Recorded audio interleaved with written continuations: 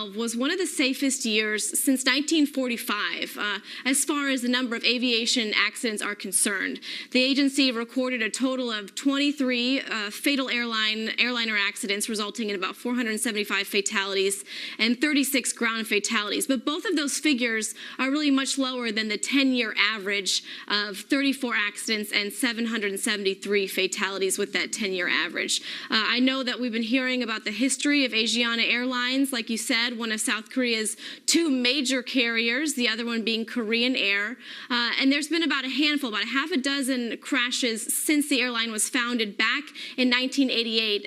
The first was in July of 1993, or one of the two most recent. I correct myself. It was a domestic passenger jet that slammed into a hill in South Korea, and in that incident, unfortunately, 68 passengers were killed in that crash, but weather was a huge factor, and that was a Boeing 737, not quite as large as the 777.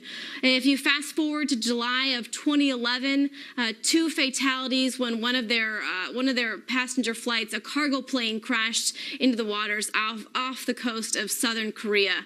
And then the crash today, where it appears a 777 crashed upon landing into the San Francisco airport. Now, this Boeing aircraft is typically reserved, like we've been talking about, for very long-range plane trips, often carrying passengers on flights much longer than 12 hours. Now, I know you've been talking about the weather. Like you said, it seemed fairly clear in San Francisco.